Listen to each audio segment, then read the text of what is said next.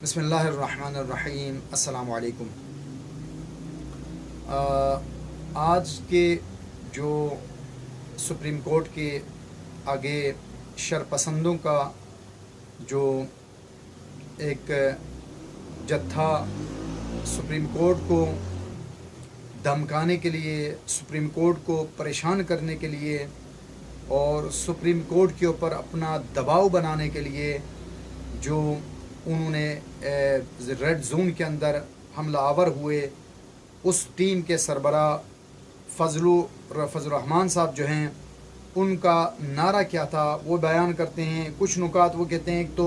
ये हमारा short notes के ऊपर, यानी एक इमरजेंसी जो हमारी कॉल थी वो उसके ऊपर ये हमारा जो है वो जत्था जो हम लेके आए हैं, जबकि 3 दिन से पूरे पाकिस्तान के अंदर वो शोर शराबा कर रहे हैं और उनका जो सिस्टम है जिसमें यानी मरकज़ की सतह से एक यूनियन कौंसिल की सतह तक इन्होंने कॉल दी और जो अफराद जमा कर सकते थे, जितने शरपसंद और दहशत गर्दों को जिनकी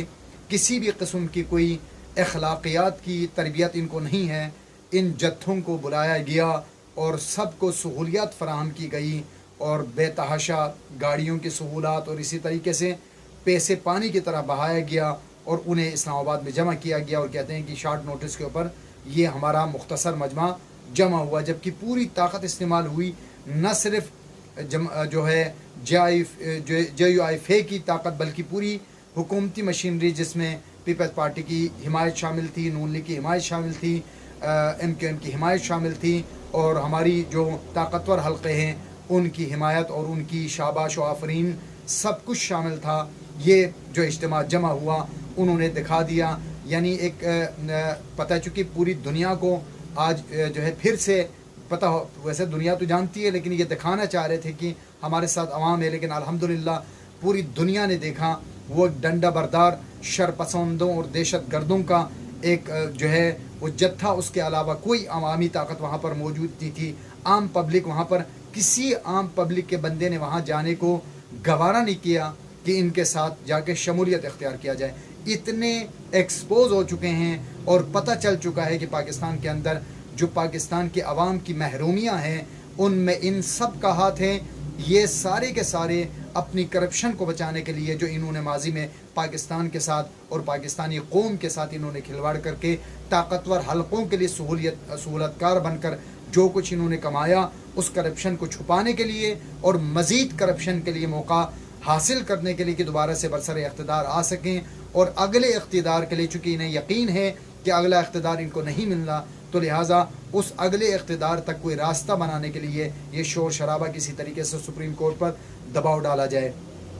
अच्छा, अब इन्होंने बहरहाल क्या सूरत कहते क्या हैं, कहते हैं कि जो हम अरबाब इख्तियार को यहाँ पर बताने आए हैं। अरबाब इख्तियार कौन हैं आप ख़ुद देख लें। KPK का गवर्नर फजल रहमान का समधी हैं, अरबाब इख्तियार है जी। उसके बाद इसका बेटा वफाकी वज़ीर है, अरबाब इख्तियार। कौन है अरबाब इख्तियार? इसका इत्तेहादी और दोस्त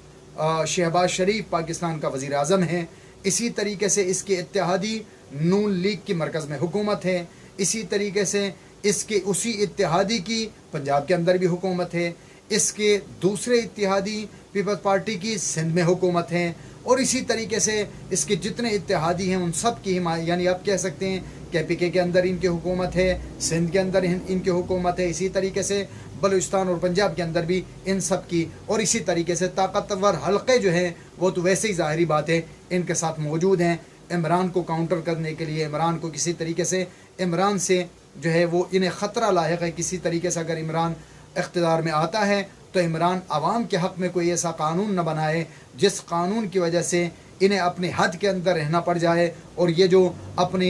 जो है वो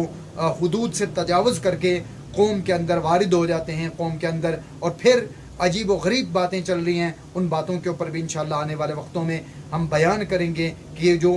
है आजकल मुख्तलिफ़ किस्म के सोशल मीडिया के ऊपर नारे बुलंद कर रहे हैं कि अगर जो है वो बताया जा रहा है कि अगर एक दिन के लिए आराम कर जाएं तो आपका क्या बनेगा, तो ये उसके हवाले से भी बहुत सारे नुकात आपकी खिदमत में बयान करेंगे। लेकिन उन ताकतवर हलकों को पता होना चाहिए कि आप जो है